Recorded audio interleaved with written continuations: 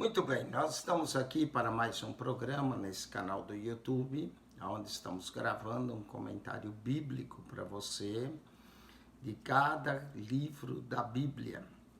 É um programa praticamente único. Eu sei que há muitos programas no YouTube que falam da Bíblia, do estudo bíblico, pregações, mas comentário bíblico assim, livro por livro, capítulo por capítulo, verso por verso, esse é um programa único, né? Nós já gravamos todo o Novo Testamento, de Mateus até o Apocalipse. Agora estamos gravando o Antigo Testamento e estamos no quinto livro, livro Deuteronômio. Deuteronômio é um resumo da lei, né? Nós vamos encontrar um resumo da promessa que Deus fez a Abraão, Isaac e Jacó, de dar-lhes a terra de suas peregrinações. Nós vamos ver o cumprimento disso, né? O povo está quase para entrar na terra prometida.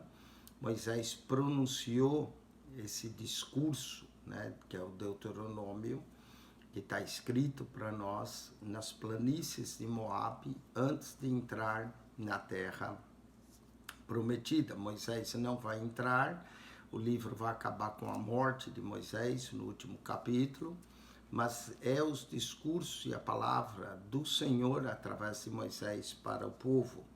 E agora nós vamos entrar em outros detalhes da lei, não é? A lei do Senhor, que é boa, que refrigera a alma, que é pura, e nós vamos ver. Deuteronômio tem 34 capítulos, 959 versos.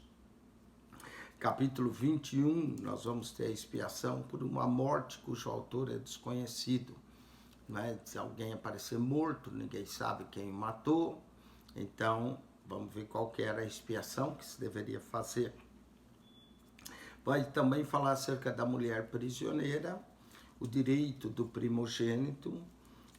Vai dar também instruções acerca de filhos desobedientes.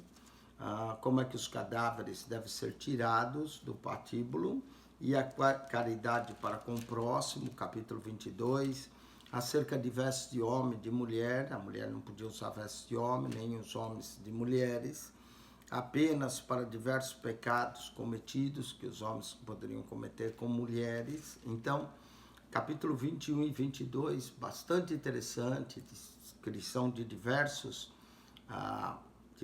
coisas que poderiam acontecer, pecados de imoralidade, enfim, e nós vamos ver cada detalhe do que a lei do Senhor dizia. A lei é direita, a lei é correta, como Deus é justo e correto. Vamos lá. Quando na terra que te der o Senhor teu Deus para possuí-la, se achar algum morto caído no campo, sei quem saiba quem o matou.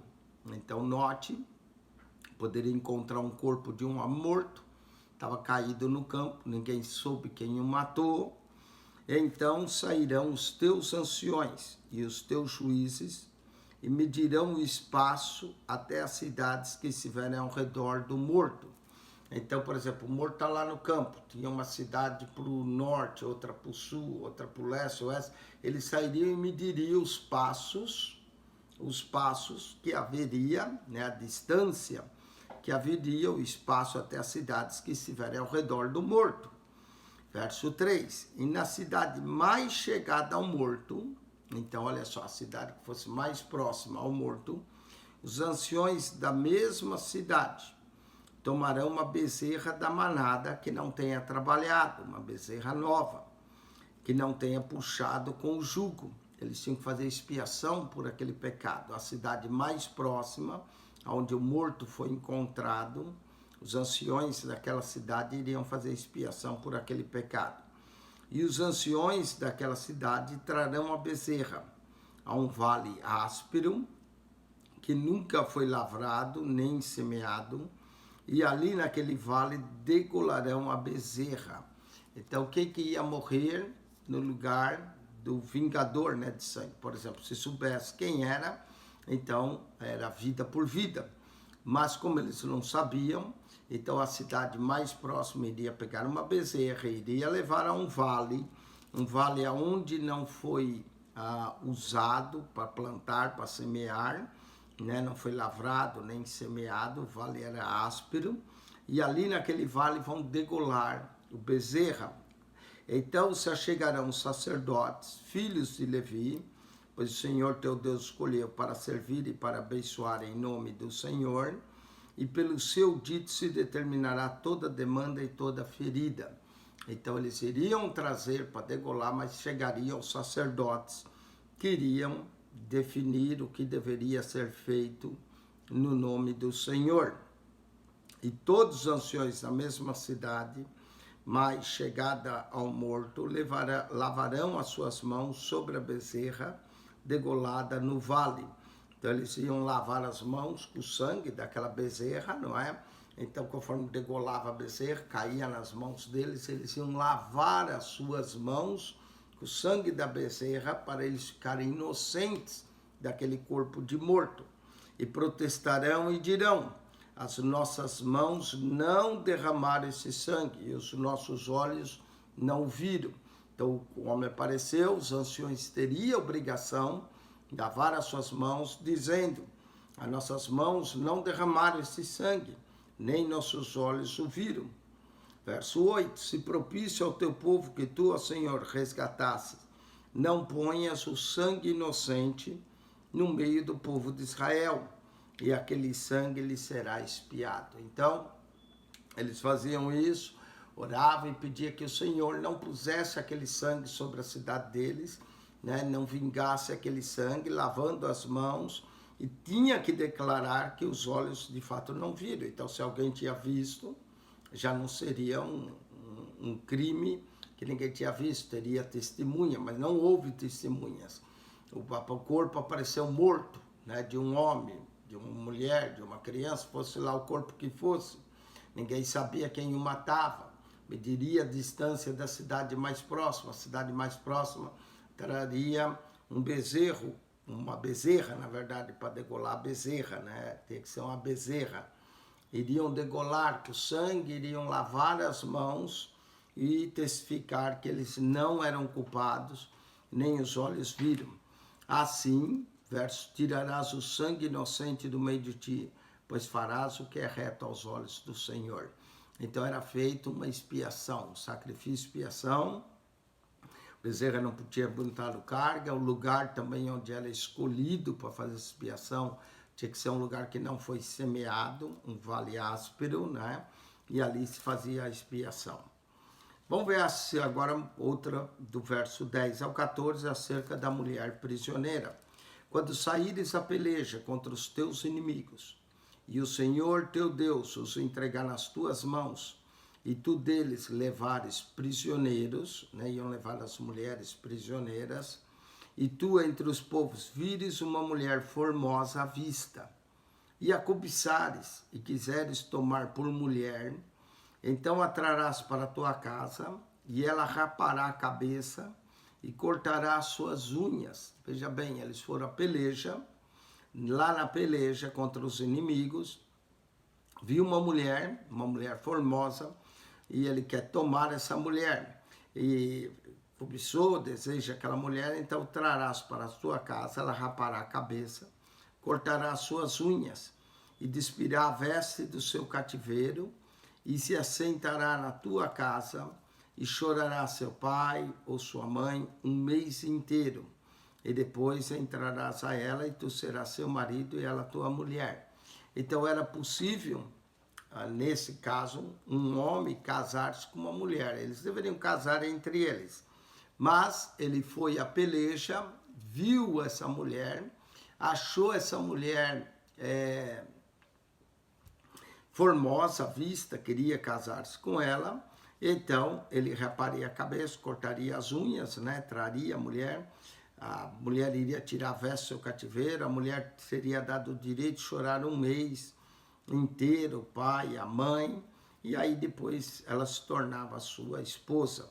E será que se não te contentares dela e deixares ir a sua vontade, mas de sorte nenhuma venderás por dinheiro, nem por ela mercadejarás, pois a tens humilhado. Então, se depois de um tempo ele não quisesse mais aquela mulher, ele podia deixá-la livremente. Ele não negociaria ela, ele não faria mercadoria com ela, porque ela era prisioneira de guerra, agora ela podia ir livremente, porque ele a humilhou, porque ele teve um caso com ela. E depois mudou de ideia. Não é interessante essa lei para as mulheres que eram capturadas cativas. Vamos ao direito do primogênito, verso 15 a 17. Quando um homem tiver duas mulheres, note que naquela época de Moisés era permitido. O próprio Moisés casou-se com Zípora e depois em Números 12 trouxe uma mulher cuxita, talvez uma segunda esposa, não é? E até Miriam murmurou e Arão de Moisés por causa disso. Deus defendeu o direito de Moisés. Então, era permitido o homem ter mais de uma mulher. O Novo Testamento diz que o obreiro deve ser marido de uma só mulher. Mas aqui, quando um homem tiver duas mulheres, uma a quem ama e a outra a quem aborrece, e a amada e a aborrecida lhe derem filhos, e o filho primogênito for da aborrecida, não é? Aqui parece que lembra a história de Jacó e Leia e Raquel. Raquel era a mulher amada. Leia era a mulher que Jacó não tinha afeição por ela, pois o sogro a deu, ele não trabalhou 7 anos por ela, né? Ela era, parece que tinha algum problema nos olhos e ela era a mulher aborrecida. Mas vamos lá, Leia teve filhos primeiro. O filho da primogênita for da aborrecida, será que no dia em que fizer herdar a seus filhos o que tiver, não poderá dar a primogênito ao filho da amada. Ela tinha que respeitar o direito da primogenitura.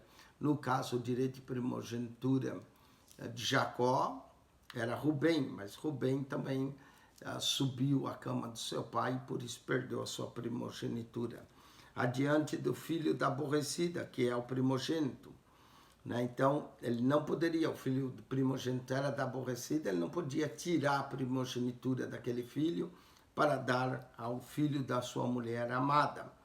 Mas ao filho da aborrecida reconhecerá por primogênito, dando-lhe dobrada porção de tudo quanto tiver. Esse era o direito do primogênito. O primogênito sempre recebia porção dobrada, porquanto aquele é o princípio da sua força, o direito da primogenitura seu é.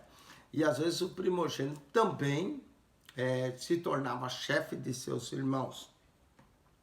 Então o direito do primogênito era porção dobrada sobre seus irmãos e a liderança da clã, da tribo, né, da família, essa era o direito da primogenitura.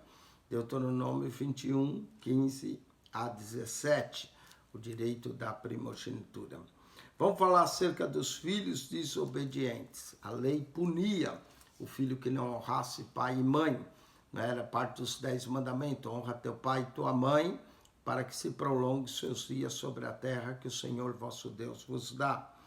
Verso 18. Quando alguém tiver um filho contumaz é um filho rebelde, contumaz, rebelde, teimoso, né? Teimoso e rebelde, que não obedecer a voz do seu pai e a voz de sua mãe, e castigando-lhe, lhes não deram ouvidos. Olha só, não ouvia o pai e a mãe, era teimoso, era rebelde, e mesmo os pais castigando esse filho, continuava não dando ouvidos. Verso 19. Então seu pai e sua mãe pegarão nele, e o levarão aos anciões da sua cidade, à porta do seu lugar. Normalmente as decisões eram tomadas pelos anciões da cidade. Não era uma posição até que de honra ser um ancião da cidade, porque iria julgar as causas. Note que também os anciões da cidade, quando houvesse corpo do morto, era eles que iam lá lavar as mãos, declarar inocência para a cidade, levará os anciões à porta do seu lugar. E dirão aos anciões da cidade: esse nosso filho é rebelde e contumaz, rebelde e teimoso, não é? Não dá ouvidos à nossa voz, e é um comilão e beberrão.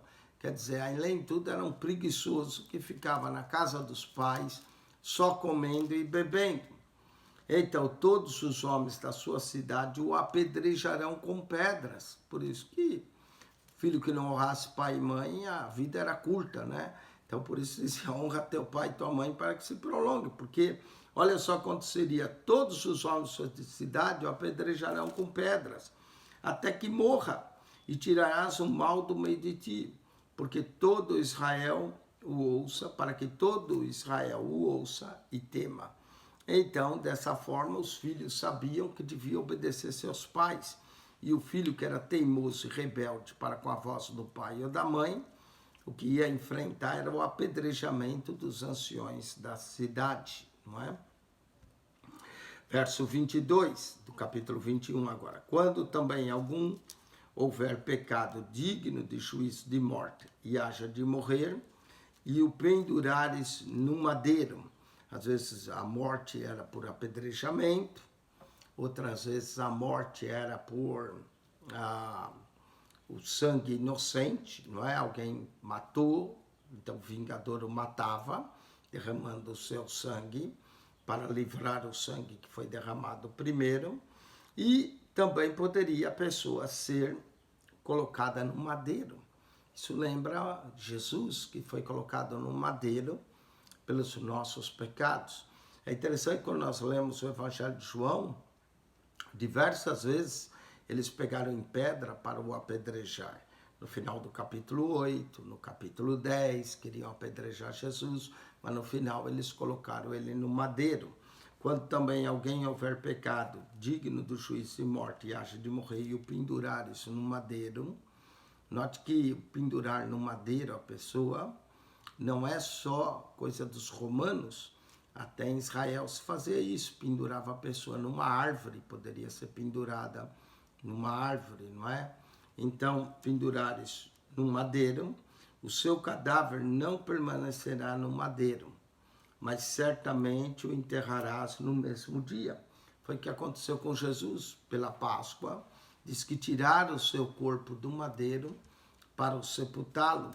Não podia permanecer no madeiro dias, ainda que a morte de cruz, os romanos deixavam a pessoa pendurada dias, mas, de acordo com a lei, assim que a pessoa morresse, ela até poderia ficar pendurada no madeiro para servir de exemplo, mas assim que o seu cadáver morresse, a pessoa já morreu, não manteria a pessoa ali no madeiro, porque ia cheirar mal o corpo, né? Já morreu. Mas certamente o enterrarás no mesmo dia, porquanto pendurado é maldito de Deus. Paulo, em Gálatas capítulo 3, usa essa expressão, Deuteronômio 21, 23, que o pendurado no madeiro é maldito. E Paulo diz que Cristo se fez maldição por nós, pelos nossos pecados, ao ser pendurado no madeiro, não é? Mas para Cristo fez maldição por nós, para que nós herdássemos a bênção de Abraão.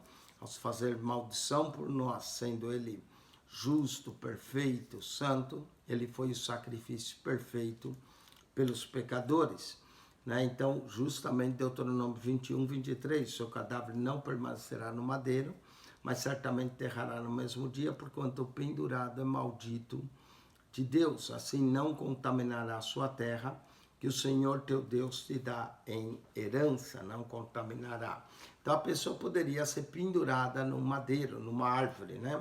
Falando de árvores, falando de madeiro, nós vamos ter, a Bíblia fala várias vezes de árvores, até os homens às vezes são comparados como árvores na Bíblia. A Bíblia fala da árvore do conhecimento, em Gênesis 2, 9. A Bíblia fala de árvore para se esconder, em Gênesis 3, 8. Adão se escondeu atrás da árvore quando ouviu a voz de Deus. A Bíblia fala de árvore para pendurar, Deuteronômio 21, 23. A Bíblia também fala da árvore da vida, Provérbios 3, 18. Árvore da vida em Gênesis 3. Árvore da vida no Apocalipse 22. A Bíblia fala de árvore alta, Ezequiel 17, 24. A Bíblia fala de árvore para subir, que Zaqueu subiu num sicômoro para ver a Jesus. Zaqueu subiu numa árvore para ver a Jesus. e depois desceu da árvore para conhecer a Jesus. Né? Para ver a Jesus, sobe na árvore. Para conhecê-lo, é preciso descer da árvore. E a Bíblia fala também de árvore para ser vista.